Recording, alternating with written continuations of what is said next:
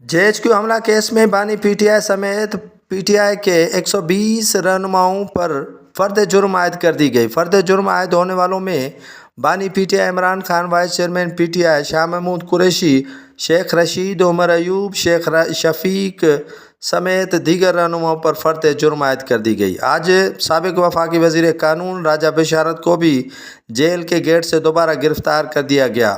امن چیمہ کو بھی زیر حراست لے لیا گیا اور پولیس چوکی اڈیالہ منتقل کر دیا گیا۔ کیس کی مزید سماعت 10 دسمبر تک ملتوی کر دی گئی۔ کیس انسداد دہشت گردی کی خصوصی عدالت کے جج امجد علی شاہ نے سماعت کی۔ سماعت کے دوران جسٹس امجد علی شاہ نے تمام ملزمان کو آج طلب کر رکھا تھا۔ صداقت عباسی، واحد قیوم عباسی، جاوید کوثر، ساجد قریشی، مسرت چیمہ، امن چیمہ، عثمان ڈار پر بھی فرد جرم عائد کر دی گئی۔ اسی دوران اڈیالہ جیل میں